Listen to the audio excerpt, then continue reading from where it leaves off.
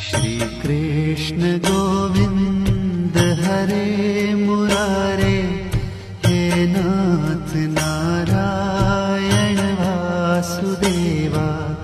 जीवे पिबस्वामृतमेतदेव, गोविंद दामोदर माधवेति। गोविंद दामोदर माधवेति।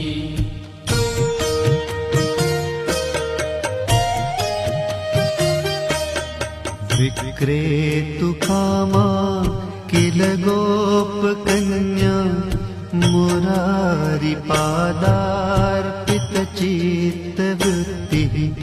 दध्यादिकं मोहवशाद्वोचत्, गोविन्द दामोदर